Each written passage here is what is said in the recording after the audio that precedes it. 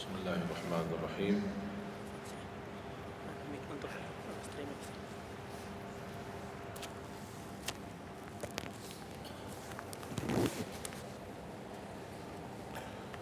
السلام عليكم ورحمة الله وبركاته.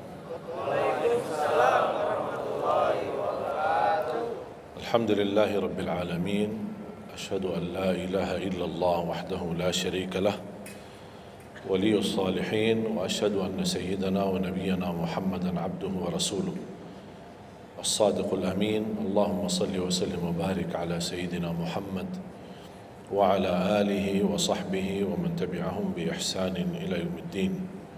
سبحانك لا علم لنا إلا ما علمتنا إنك أنت العليم الحكيم. Para hadirin, kaum muslimin, muslimat, mukminin, mukminat, semoga senantiasa dimuliakan dan diberkahi Allah Subhanahu wa taala. Dalam kesempatan yang singkat ini, saya ingin mengingatkan beberapa amalan. Menurut saya amalan ini rata-rata sudah ditahu oleh orang dan hafal, tapi cukup banyak yang melalaikan, tidak menyadari amalan yang sederhana ini dianugerahkan oleh Allah dengan pahala yang amat-amat besar. Yang pertama, bacaan Al-Quran.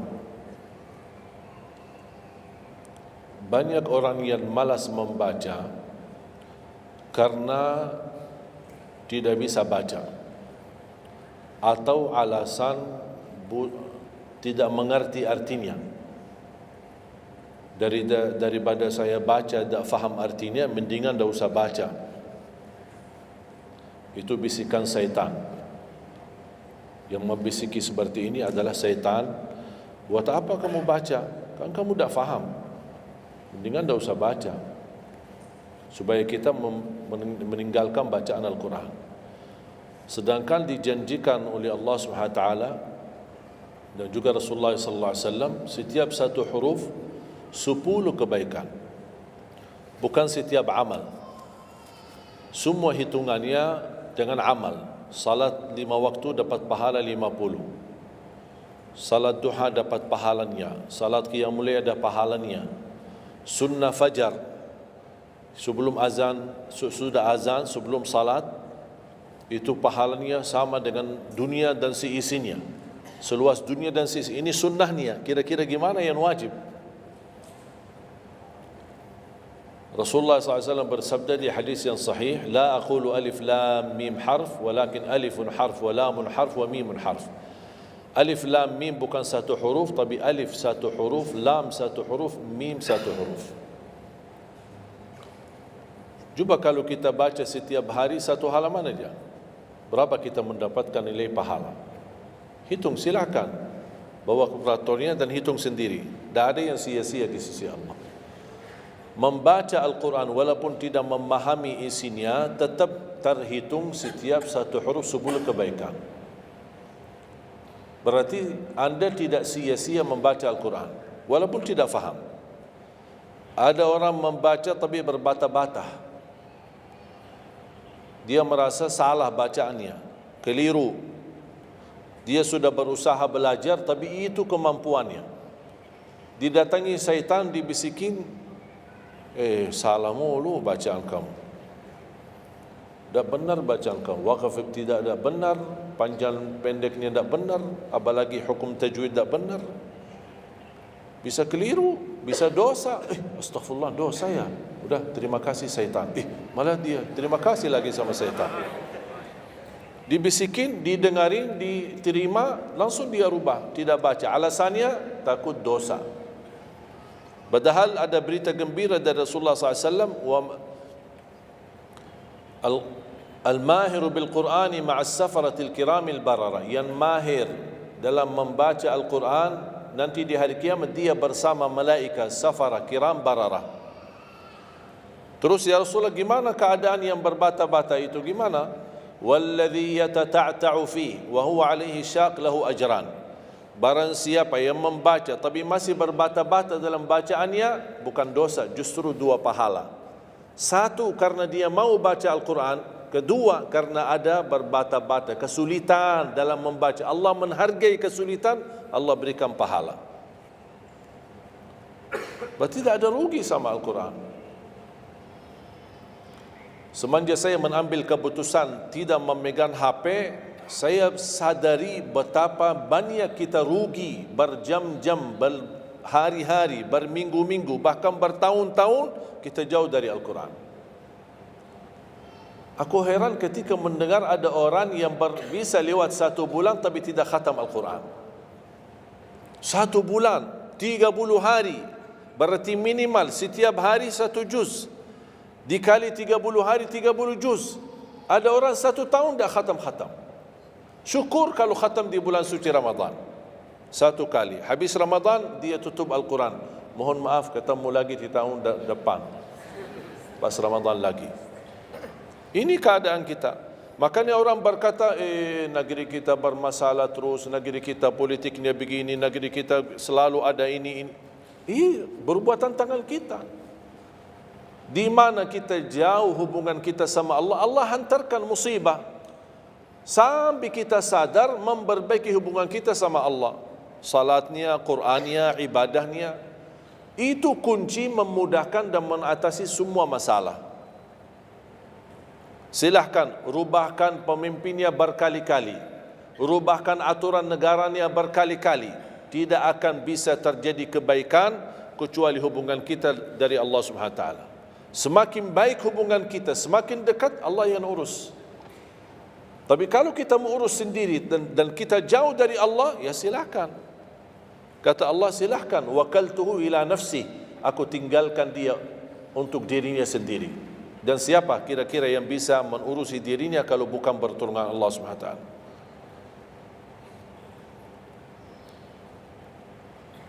Jangankan bisa khatam Al-Quran dalam 30 hari, jangan 1 juz dalam 1 hari, 30 hari bisa dikhatam dalam waktu 10 jam.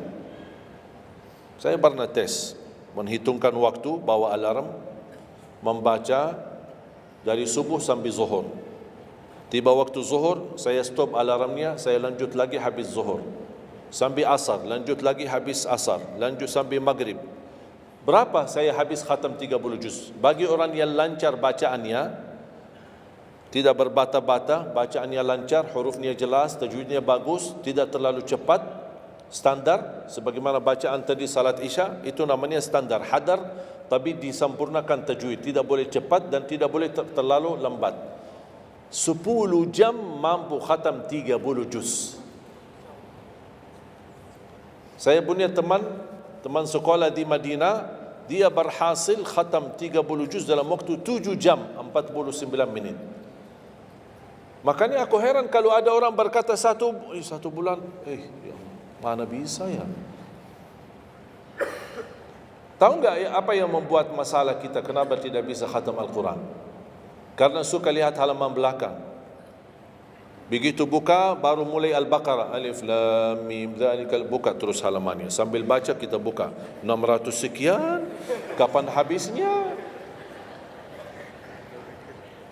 Hudan lil muttaqin, sadaqallahul azim. Sudah langsung sadaqah karena sudah merasa berat. Dia menghitung halaman belakang sedangkan dia baru aja mulai 1 ayat. Dia langsung sadaqallahul azim. Syaitan tidak mungkin dan tidak senang melihat kita sering membaca Al-Quran. Kalau orang dulu susah baca Al-Quran wajar, karena susah menemukan Quran. Zaman sahabat cari kulit unta untuk tuliskan ayat yang Allah turunkan. Ada potongan ayat di Sayyidina Utsman, ada potongan ayat di Sayyidina Abu Bakar, ada potongan ayat di sana sini. Coba kumpulkan, susah. Makanya semuanya larinya kepada sahabat yang begitu datangnya wahyu, mereka langsung mendengar dari Rasul, langsung bisa hafal. Seperti Sayyidina Ubay bin Ka'ab radhiyallahu an, Zaid bin Thabit radhiyallahu an, Anas bin Malik radhiyallahu an, Uthman bin Affan. Jadi mereka datangin para penghafal Quran. Tidak ada mushaf, tidak ada Quran. Dah ada HP bisa download Al-Quran 30 juz. Gimana?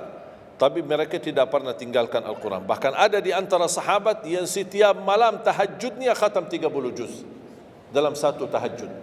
Cuba bayangkan, kira-kira alasan kita apa? Quran sudah di mana-mana, dalam segala terjemahan, warna-warni, tajwid, semua ada. Yang bagus, yang besar. Maaf, mata saya, ada yang besar, ada segede meja ini, ada. Susah menemukan, alhamdulillah HP bisa sekarang isinya 30 juz, bisa dibawa kemana-mana, tak usah pusing mencari Al-Quran. Semua kemudahan, semestinya kita mampu mengalahkan sahabat Rasul. Karena kita semua fasilitas ada. Apa yang kita mau bilang sama Allah? Ada seorang, mungkin Bapak Ibu pernah nonton di acara Hafiz Indonesia, namanya Kaila, buta. Dia setiap hari, saya tanya, kamu berapa murajaah bacaan Quran setiap hari? 5 sampai 7 juz. Buta, 5 sampai 7 juz. Saya kaget, tak panyakan, kan kasihan kamu. Dan kebetulan kamu sudah punya uzur, kamu dah baca Al-Quran sama sekali, ana yakin Allah maafkan. Buta, dah bisa. Tahu enggak jawabannya apa? Saya malu sama Allah menjadikan buta saya alasan tidak baca Quran. Ini anak usia 7 tahun. Malu sama Allah menjadikan buta, padahal ini ujian. Butanya dari Allah, bukan dari dirinya. Tapi dia malu menjadikan buta itu alasan tidak baca Quran. Bertanya saya, alasan antum apa? Apa alasan? Sibuk. Belum ada waktu. Ya, saya maklum, belum ada waktu. Memang dunia ini bikin stres, makanya tidak ada waktu. Saya nasihatkan mulai hari ini, jangan kasih Al-Quran sisa waktumu. Dalam istilah, kalau ada sisa waktu, insya Allah saya baca Quran. Kalau itu niatnya, dah bakalan. Tapi tolong utamakan Al-Quran dalam sehari-harimu. Minimal mulai harimu baca Quran, tutupi harimu baca Quran. Jangan tunggu sisa waktu. Wallahi Al-Quran keberkahannya luar biasa. Kesumbuhan, petunjuk, keberkahannya menjaminkan ke surga, selamat siksa neraka, selamat dari siksa kubur. Banyak anugerah. Sayang. Kadang-kadang kalau kita mendengar ada seorang da'i atau seorang ustaz, materi-materi bukunya bagus, isinya bagus, kita kejar. Di mana buku itu jual? Kita cari informasi, di mana buku itu jual? Ini tulisan manusia. Kita kagumi, kita banggakan, kita suka dan kita ikuti, bahkan kita kejar di mana-mana. Al-Quran kalamullah. Masa kalam manusia lebih mulia di hati kita daripada kalamullah? Silahkan boleh kagumi apa penyampaian ustaz, da'i, tapi jangan melebihi apa kata Allah. Jangan kita terharu ketika mendengar seorang berceramah, tapi berkali-kali kita simak ayat suci Al-Quran tidak pernah meneteskan air mata, seperti mendengar surat kabar atau koran. Masalah. Ternyata ucapan manusia lebih menyentuh hati. Padahal kata Allah, kalau Al-Quran diturunkan di atas gunung bisa hancur jadi tanah basir. Kembali lagi, jangan lewat satu hari belum baca Quran. Tidak bisa baca, masih bisa simak, dengar. Setelkan murattal dari HP-mu. Manfaatkan kondisi macet di Jakarta. Manfaatkan, lagi naik motor, Taruh apa? Apa ruginya? Ruginya apa? Simpan handsfree di telinga, ya sambil bawa motor. Dengarin ayat suci Al-Quran. Nikmat, berkah, dalam lindungan Allah, disertai malaikat. Apa ruginya? 1 jam di dalam perjalanan, tidak ada rugi. Terhitung memang umur kita, tapi sudah diisi mendengar Al-Quran. Juga banyak waktu. Nikmat. Kalau saya merasa kesibukan mengganggu sampai tidak ada luang waktu cukup untuk saya bisa baca tilawah di rumah, saya menikmati di jalan. Apalagi kalau mau pergi ke acara, apalagi kalau keluar kota, berjalan lumayan jauh, nikmat. Ya Allah, mudah-mudahan macet terus. Nikmat. Macet ini menjadi nikmat. Dah fikir macetnya karena lagi melihat Al-Quran. Beda sama orang. Hanya sepanjang berjalan cat HP. Merasa bosan. Sudah semua cat sudah dilewati. Semua SMS sudah dibalas. Semua pesan-pesan sudah dibaca. Akhirnya bosan. Macet mulu ini Jakarta. Nanti temannya di sebelah, kalau bukan macet, bukan Jakarta loh. Nah, itu. Habis waktu, sia-sia. Padahal Al-Quran ini, kita baca tidak mesti dalam keadaan wudu. Apalagi kita dalam perjalanan, kita naik motor atau naik mobil kita, bisa dengan handphone kita, HP kita. Ada orang terus, gimana saya membawa Al-Quran terus saya tidak berwudu? Kan kamu menyentuh HP, bukan menyentuh Al-Quran. Bersentuhan dengan HP. Jadi saya harap, sekali lagi mohon dengan sangat, kalau boleh terima permohonan saya, tolong tinggikan perhatianmu kepada Al-Quran. Ingin berkah rezeki, berkah umur, sihat wal afiat, bahagia selamat dunia akhirat, tolong perhatikan Al-Quran. Semakin banyak perhatian kamu kepada Al-Quran, semakin banyak perhatian Allah kepadamu. Terserah kamu milih. Mau dapat perhatian dari Allah cuma 1 jam, ya udah 1 jam aja baca Quran. Mau perhatian dari Allah selalu, sudah selalu bersama Al-Quran. Karena ini Al-Quran kalamullah, bukan makhluk, bukan diciptakan, diturunkan. Kalamullah, ucapan Allah Subhanahu wa taala. Masa kita tidak tertarik? Cukup karena ini kalamullah, itu sudah cukup membuat kita tertarik. Masa kalam manusia lebih kita tertarik daripada kalamullah? Belum apalagi dijanjikan setiap satu huruf 10 kebaikan.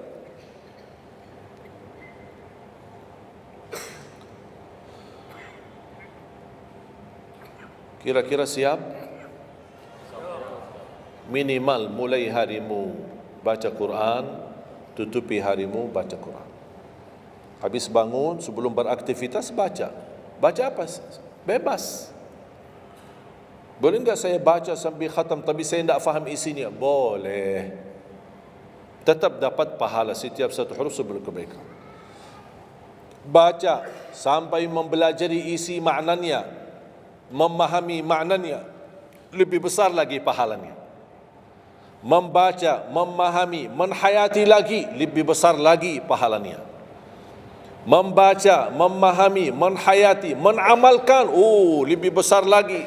Kalau tidak bisa meraih semua pahala itu, ya paling minimal pahala bacaan. Kalau saya tidak dapat meraih pahala menhayati, pahala memahami, pahala menamalkan, apalagi saya orang awam tidak begitu mengerti apa yang semestinya saya amalkan, la yukallifullahu nafsan illa wus'aha. Amalkan sesuai kemampuan. Ada pelajaran ayat yang dibacakan tadi, kita bisa ambil maknanya, kita mengambil kesimpulannya. Jangan kita menjadi seperti golongan yang datang hari kiamat malah minta tolong diselamatkan oleh Allah dari neraka. Kalau di hari kiamat tidak bisa saling menolong, tidak bisa. Sekarang kita masih bisa saling membantu dan saling menolong. Dan di antaranya menolong diri sendiri.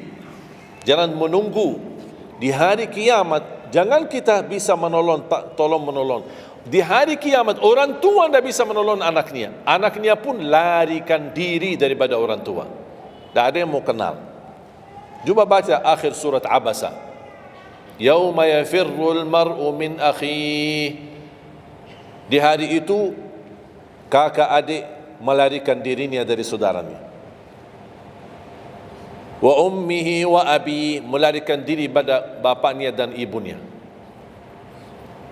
Biasanya kalau kita ketemu orang tua, kita senang bertemu, mohon doanya, apalagi yang orang-orang yang tinggi berbakti baik sama orang tuanya. Kalau di hari kiamat mau sendiri-sendiri. Jangan kita yang melarikan diri sendiri. Para nabi dan rasul semuanya doanya salim salim, ya Allah selamatkan, ya Allah selamatkan.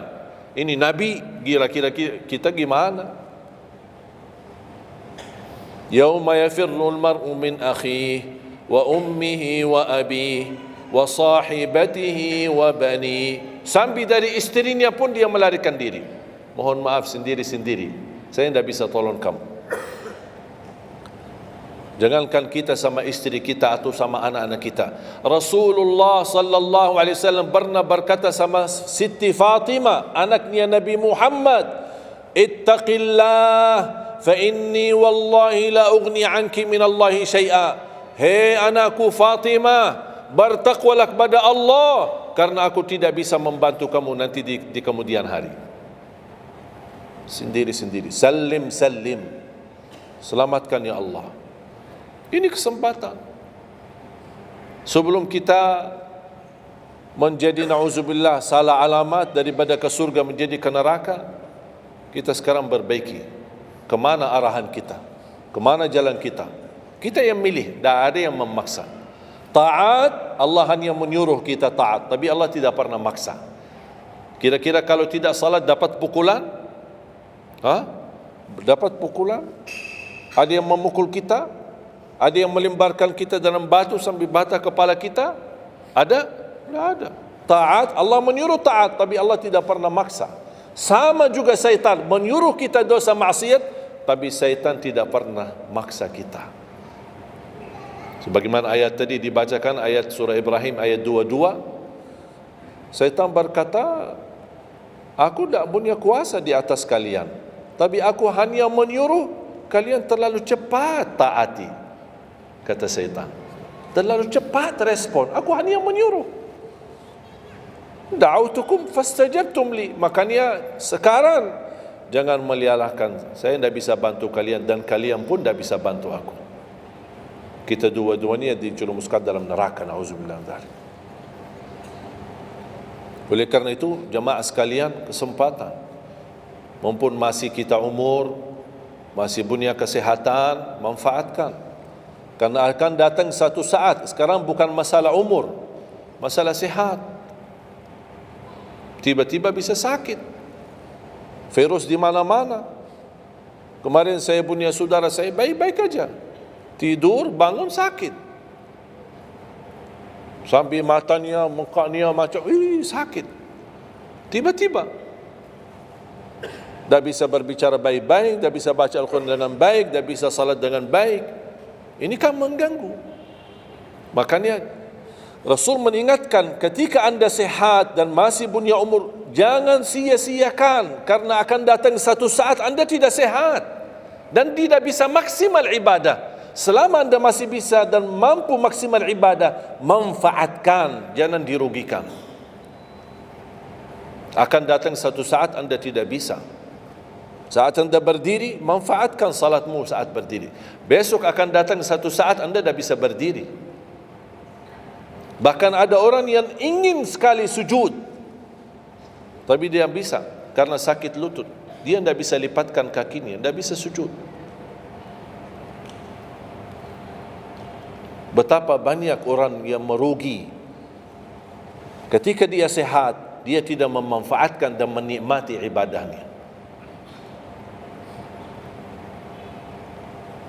Yang kedua, doa azan. Setiap hari kita mendengar azan 5 kali. Sayang sekali banyak yang sibuk dengan handphonenya. Azan ini panggilan Allah.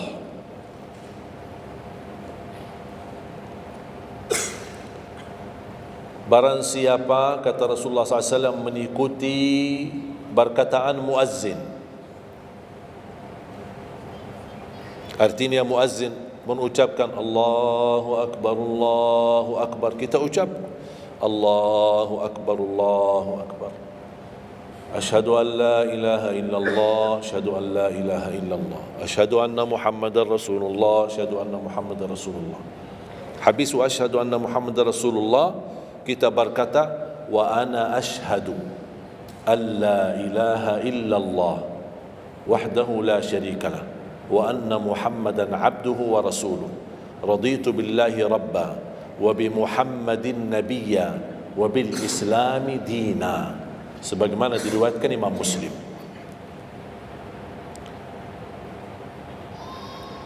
Hayya 'alas salah, kita jawab la haula wala quwwata illa billah. Apa hikmahnya di sini la haula wala quwwata illa billah? Ya Allah, kami tidak punya daya dan kekuatan untuk menghadiri panggilan-Mu kecuali dengan pertolongan-Mu ya Allah. Karena hayya 'alas salah butuh gerak, bergerak, datang. Hayya 'alas salah, panggilan, hey mari salat. Ya Allah, la haula wala quwwata illa billah. Ya Allah, kami tidak punya kemampuan menghadapi godaan dunia, menghadapi hawa nafsunya, menghadapi malas kecuali dengan kekuatan-Mu ya Allah. La haula wala quwwata illa billah. Meraih kemenangan, meraih kemuliaan, hayya 'alal falah. Ya Allah, kami tidak mampu meraih kemuliaan itu kecuali dengan kekuatan dan izin-Mu ya Allah. Allahu Akbar, kita ucapkan Allahu Akbar. La ilaha illallah, kita ucapkan la ilaha illallah. Habis itu apa kata Rasulullah SAW di hadis yang diriwayatkan Imam Bukhari? Thumma salla alayya, selepas itu dia bersalawat kepada Nabi Muhammad. Allahumma salli ala Muhammad wa ala ali Muhammad. Bagi Sayyiduna boleh, tidak bagi Sayyiduna boleh.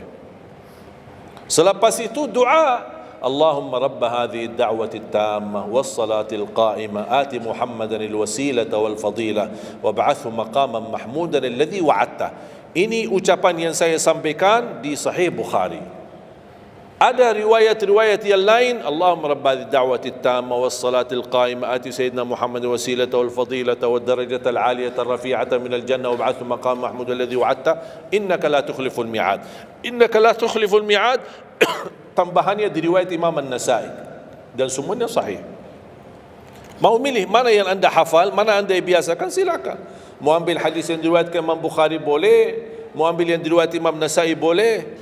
Asal jangan sampai begitu dengar azan tidak mengikuti muazzin dan sia-siakan doa itu. Padahal doa sederhana. Siapa yang tidak hafal? Setiap ditayangkan azan di TV selalu dibacakan Allahumma rabb hadhihi ad-da'wati at-tammah was-salatil qa'imah. Saya pernah tanya guru saya, seandainya ketika saya mendengar azan tapi terlalai dengan kesibukan atau telefon mendadak atau apalah urusan, baru saya menyadari ketika muazzin sampai ke hayya 'alas salah, saya belum mengikuti dari awal.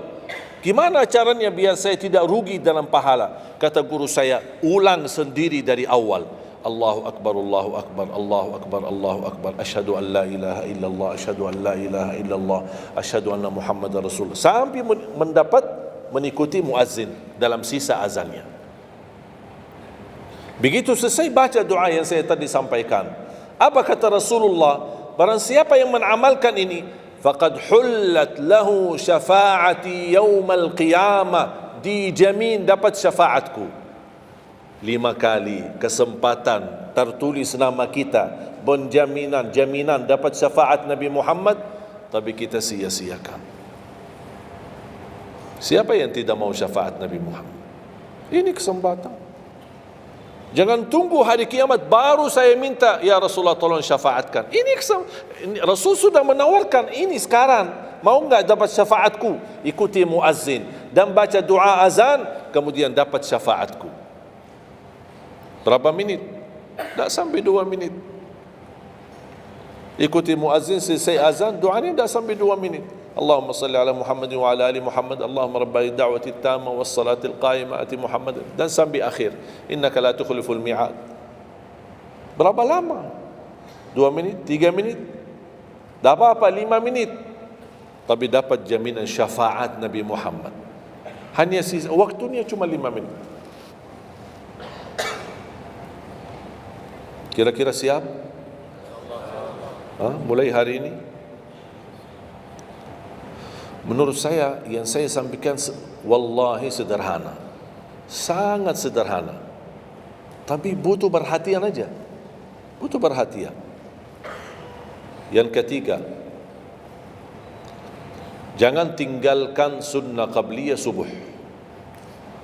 Walaupun anda malas menjaga sunnah qabliyah ba'diyah. Kalau anda merasa diri malas, banyak kan ada sunnah qabliyah ba'diyah. Kan ada sunnah qabliyah zuhur, ba'diyah zuhur, ada qabliyah ba'diyah maghrib, ba'diyah isya, qabliyah subuh. Kalau anda merasa malas melaksanakan sunnah-sunnah, minimal jangan tinggalkan sunnah subuh. Pahalanya lebih besar daripada dunia dan seisinya. Walaupun anda telat bangun, sudah kesiangan, tetap wajib ambil air wudu, laksanakan sunnahnya, baru salat subuhnya. Walaupun anda bangun jam 11 siang, tetap banyak orang karena ketiduran dan terlewat waktunya, dia tidak salat subuh. Terus ini hutang, wajib bayar, dan tidak bisa besok ganti subuh 2 kali. Tidak ada di dalam agama. Subuh, ya udah, ya Allah, nawaitu salat subuh yang kemarin karena saya ketiduran lillahi ta'ala. Sudah bisa. Apa kata ini? Bukan, mohon maaf, ini bukan kata saya supaya orang jangan ini pendapat baru. Bukan kata saya, tapi kata Rasulullah SAW. Bukan kata Majlis Ulama Indonesia, bukan kata saya, bukan kata siapa-siapa. Kata Rasulullah sallallahu alaihi wasallam di hadis yang sahih, "Man nama an salatin aw nasiyaha falyusalliha mata dzakaraha, la kaffarata laha illa dzalik." Ya Allah, terima kasih ya Rasulullah. Sepertinya Rasul sudah diberitahu umatnya bakal ketiduran banyak dari salat. Makanya sudah diberikan solusi. Seandainya ketiduran, ini juga kata Rasulullah, man nama an salatin, silahkan nanti anda pas pulang buka di Google, biar lihat sanad hadisnya ni. Oh, Syekh Ali kau bawain hadis yang dah benar ni. Silahkan. Tahu, kenal enggak Syekh Google? Syekh Google kenal? InsyaAllah semua ilmu dia tahu. Tinggal masukin aja. Barang siapa yang ketiduran dari salat, hadis, terus klik, dia keluar. Semua dasarnya apa dijelaskan. Semua. Mu bahasa Arab ada, mu bahasa Indonesia ada, mu bahasa Inggris pun ada. Syekh Google hebat. Man nama an salatin aw nasiyaha falyusalliha mata dzakaraha, la kafarata lahu illa dzalik. Barang siapa yang ketiduran, coba ketiduran. Tidur menurut ulama dianggap uzur. Pernah istri saya ketika saya keluar kota, dia hubungi dan dia bangun kesiangan, kira-kira jam 8. Dia telefon dengan nangis-nangis. Kenapa nangis? Sakit? Enggak, ketiduran tadi subuh. Ya udah, ambil air wudu, salat subuh. Rasulullah aja pernah ketiduran dari salat subuh. Yang tidak boleh, jangan terlalu sering. Kalau sekali-kali karena sakit, terlalu lelah, capek, Allah maklumlah kita manusia lemah. Tapi jangan setiap hari ketiduran. Ya Allah, maaf ketiduran ya. Kira-kira di jam kantor, kalau setiap hari kita telat, alasannya, ya maaf bos, ketiduran. Besok lagi alasan yang sama, maaf ketiduran. Besok lagi alasan yang sama. Kira-kira gimana? Dipecat enggak? Dipecat. Malu kita, sama manusia aja tak berani kita dengan alasan yang sama, kita selalu itu aja. Masa sama Allah kita berani? Sekali-kali boleh uzur, capek, sakit, sekali-kali, tapi jangan terlalu sering. Ketika kita bangun jam berapapun wajib laksanakan, karena kata Rasulullah tidak ada kafarah yang lain. Tidak ada kata ganti dengan uang, atau ganti dengan sedekah, atau ganti dengan, tidak bisa. Tunaikan. Falyusalliha, kata Rasulullah, falyusalliha, segerakan salat itu jam berapapun, walaupun kesiangan.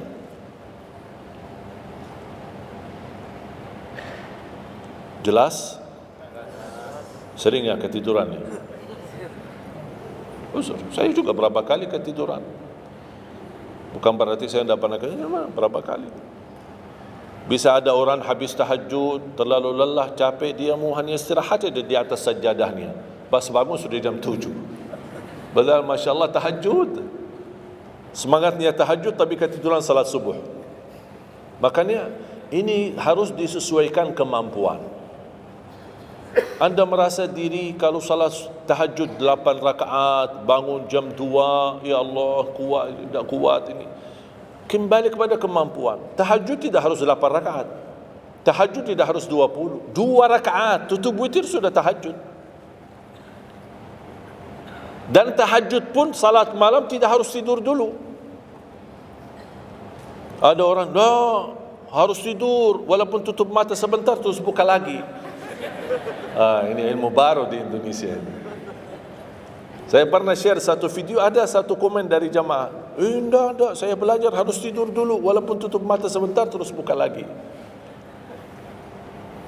Kembali kepada kemampuan. Ada yang biasa tidur, bangun tengah malam, sepertiga akhir, itu lebih afdal. Tapi ada yang tahu dirinya, kalau saya tidur mana bisa bangun.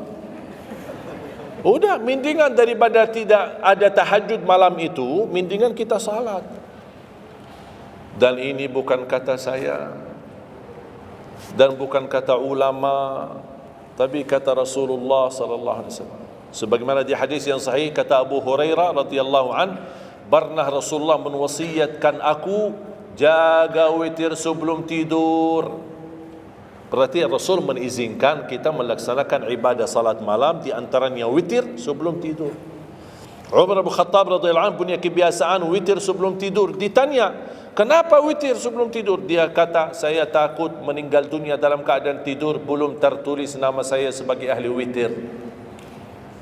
Saya punya kebiasaan, habis pulang ke rumah, sebelum tidur ambil air wudu, salat 2 rakaat sunnah wudu, kemudian salat 2 rakaat muqaddimah witir, kemudian 1 rakaat witir, baru saya tidur.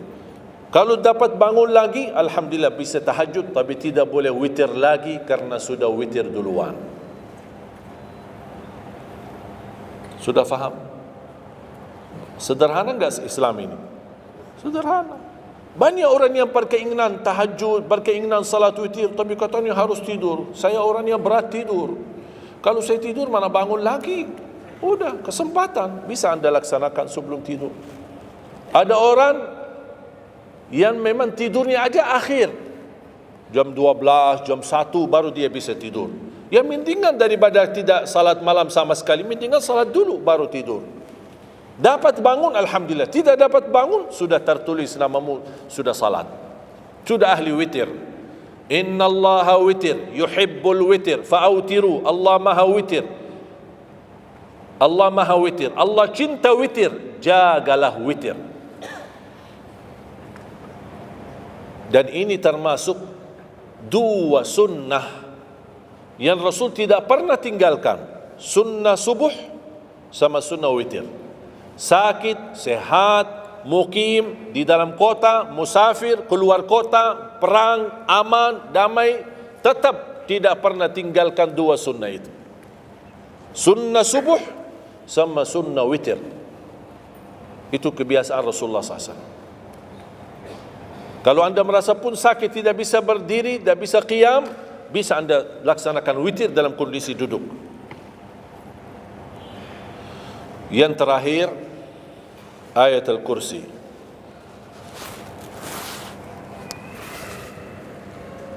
Jangan tinggalkan ayat al-kursi lepas salat.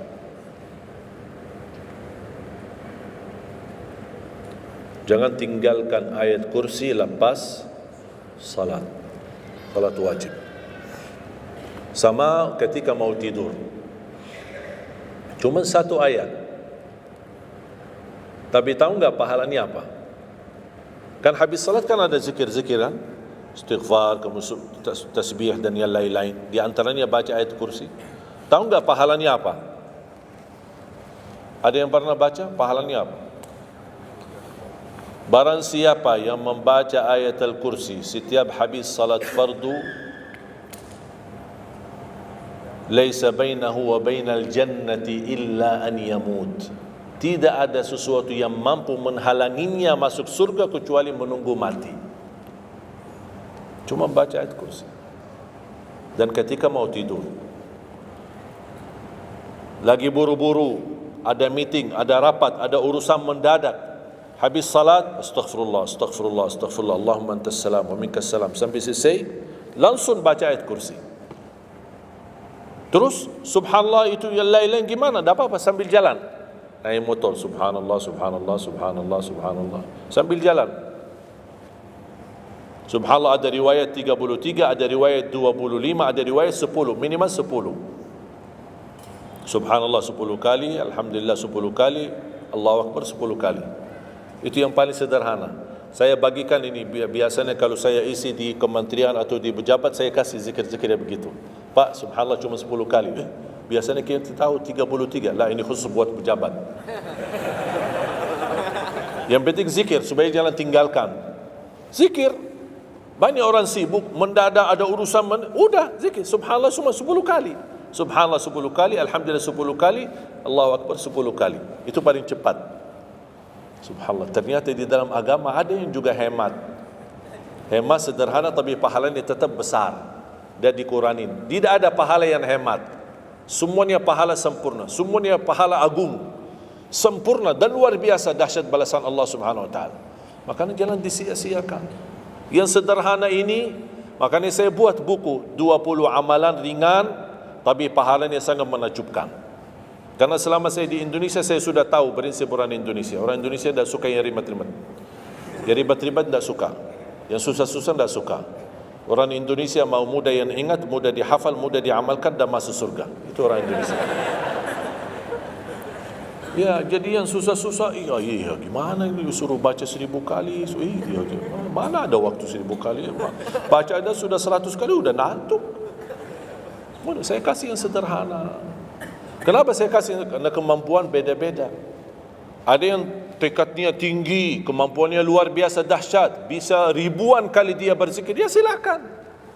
Tidak ada yang melarang kita berzikir, bebas, berapapun. Tapi ada yang malas.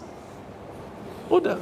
Jadi alhamdulillah di dalam ajaran Islam kita ada malas ya, ini pilihan malas.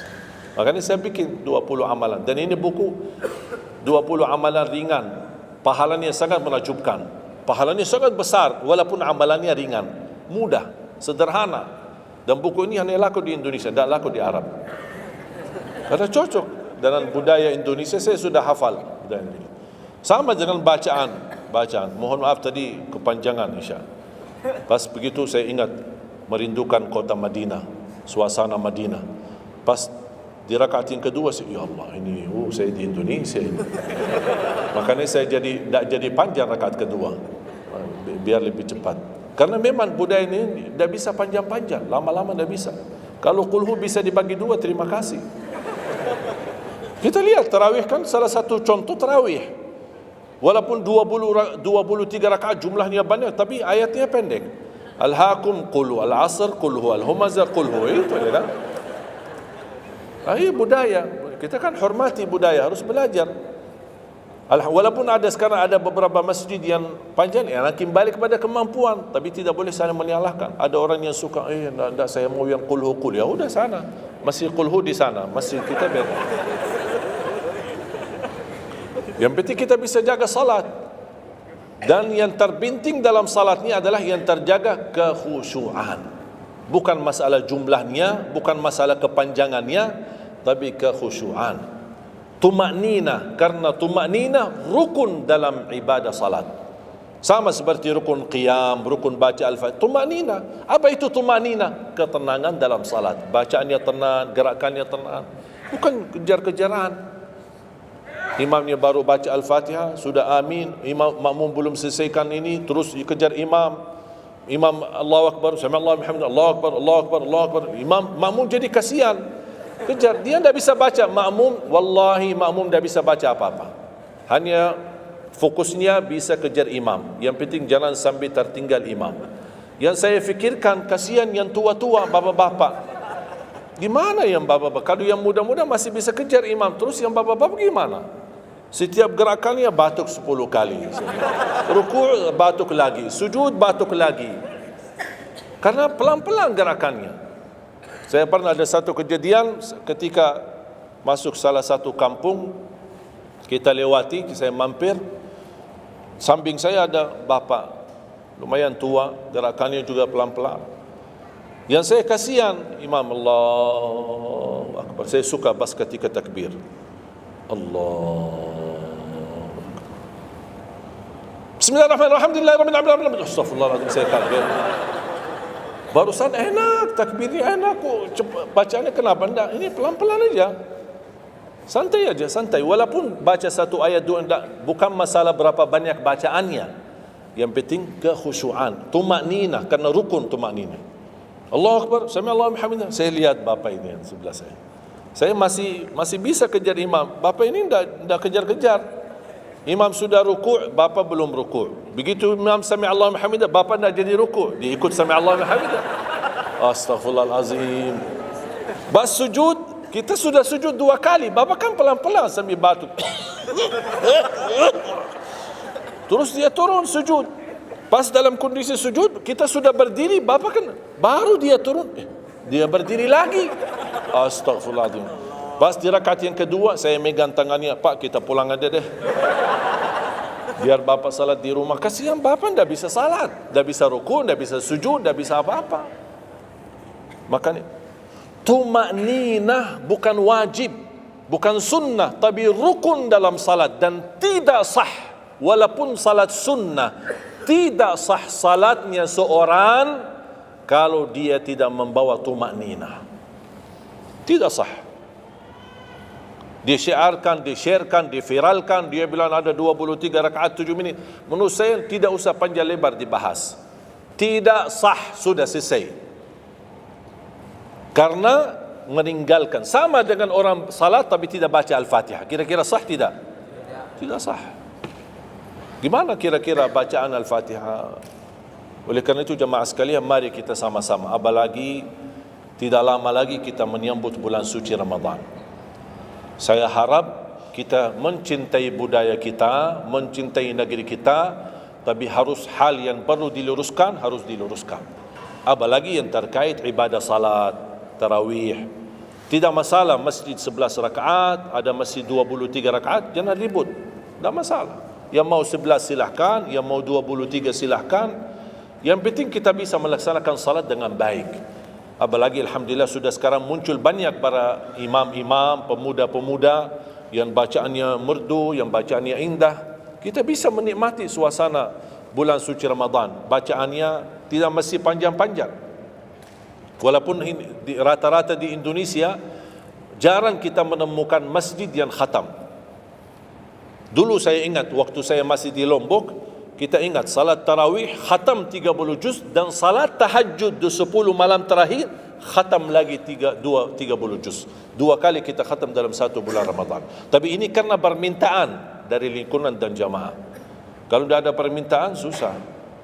Apalagi orang baru datang. Saya sering memperhatikan orang baru datang kayaknya salah masuk masjid.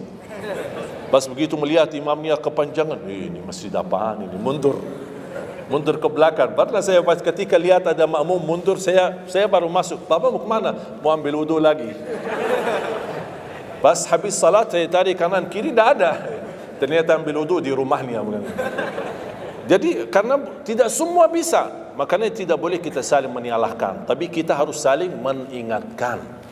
Saling mengingatkan. Mari kita sama-sama menjaga ibadah yang benar. Mari kita sama-sama menjaga ibadah yang khusyuk, ibadah yang tumaknina. Mudah-mudahan amalan-amalan yang saya sampaikan tadi, mudah-mudahan bisa diingat, bisa dihafal dan mudah diamalkan. Masih ingat kan? Atau perlu saya ulang? Amalan pertama, Quran. Minimal mulai harimu baca Quran, tutupi harimu baca Quran. Yang kedua, ikuti muazzin. sama juga disertai doa azan karena jaminan dapat syafaat Nabi Muhammad SAW. Yang ketiga, jangan tinggalkan qabliyah subuh sesudah azan. Walaupun anda bangun telat, melaksanakan salat subuhnya tetap didahulukan dengan salat sunnahnya. Terus yang keempat, witir. Witir, jangan lewat satu malam belum witir. Walaupun anda bisa laksanakan witir habis salat sunnah ba'diyah isya atau sebelum tidur anda di rumah bisa laksanakan witirnya. Terus yang keenam, ayat kursi setiap habis salat fardu. Mudah-mudahan insyaAllah amalan ini yang sederhana mudah-mudahan bisa kita jaga. Walaupun sederhana, tapi saya yakin akan membantu menjadikan banyak perubahan dalam kehidupan kita. Akan bertambah keberkahan, ketenangan. Kita akan merasa jauh lebih sejuk, bahkan jauh lebih nikmat untuk kita beribadah. Baru saya ingat satu hal, sedekah.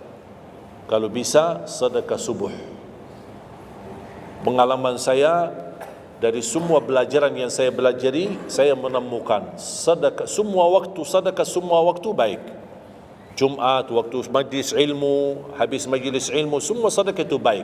Tapi saya menemukan sedekah subuh itu yang paling baik, yang paling dahsyat, yang paling cepat terkabul hajat kita. Kenapa sedekah subuh dahsyat? Karena setiap waktu subuh Allah turunkan malaikat, tugasnya cuma satu, mendoakan orang yang berinfak di subuh hari. Tidak usah payah dan susah cari orang miskin di subuh hari. Mulai malam ini anda sediakan kotak amal dalam rumahmu, atau anda bisa pinjam seperti kotak amal ini Darut Tauhid ya, ini bisa anda pinjam atau minta sama Darut Tauhid. Anda bisa simpan di rumah. Setiap habis subuh sebelum beraktivitas isi sedekah. Yang lebih dahsyat lagi, sedekah yang disertai doa. Karena wallahi terjamin doamu terkabul dengan wasilah sedekah subuh. Sakit, ya Allah, aku mohon dengan berkat sedekah ini sembuhkan penyakitku. Kalau orang tua yang sakit, doakan orang tua. Ya Allah, dengan berkat sedekah subuh ini sembuhkan orang tua saya. Mencari jodoh, mencari kerjaan, apapun masalah yang anda hadapi, masalah hutang, masalah apapun. Orang tua sudah meninggal, ya Allah aku mohon dengan berkat sedekah ini titipkan pahala sedekah ini untuk kedua orang tuaku. Apa saja, mau hafal Al-Quran, tapi kalau boleh saya usulkan, satu kali sedekah fokus satu hajat. Jangan sedekahnya koin tapi doanya sambil terbit matahari. Malu sama Allah. Kelamaan doanya, sambil malaikat tulis doanya, kelamaan. Banyak sekali doa. Satu kali doa, satu kali hajat, satu kali sedekah. Sesuaikan. Bukan Allah tidak bisa, Allah maha bisa menolong kita, tapi kita malu. Masa kita sedekah begitu saja, tapi kita minta panjang lebar. Ya, tolong disesuaikan. Tapi rutin, wallahi dahsyat. Antum insyaAllah akan merasakan sedekah subuh, subhanallah. Setiap jamaah yang saya sampaikan, termasuk ada keluarga yang sudah lama menikah, tidak punya keturunan, saya memberikan amalan ini. Suami istri masing-masing mengamalkan. Isi sedekahnya, ya Allah aku mohon dengan berkat sedekah ini karunialah kepada kami keturunan. 17 tahun mereka tidak punya keturunan. Alhamdulillah 6 bulan kemudian saya dapat berita gembira dari mereka, kabar baik, alhamdulillah istrinya positif hamil. Sedekah subuh luar biasa dahsyatnya. Sedikit tapi rutin.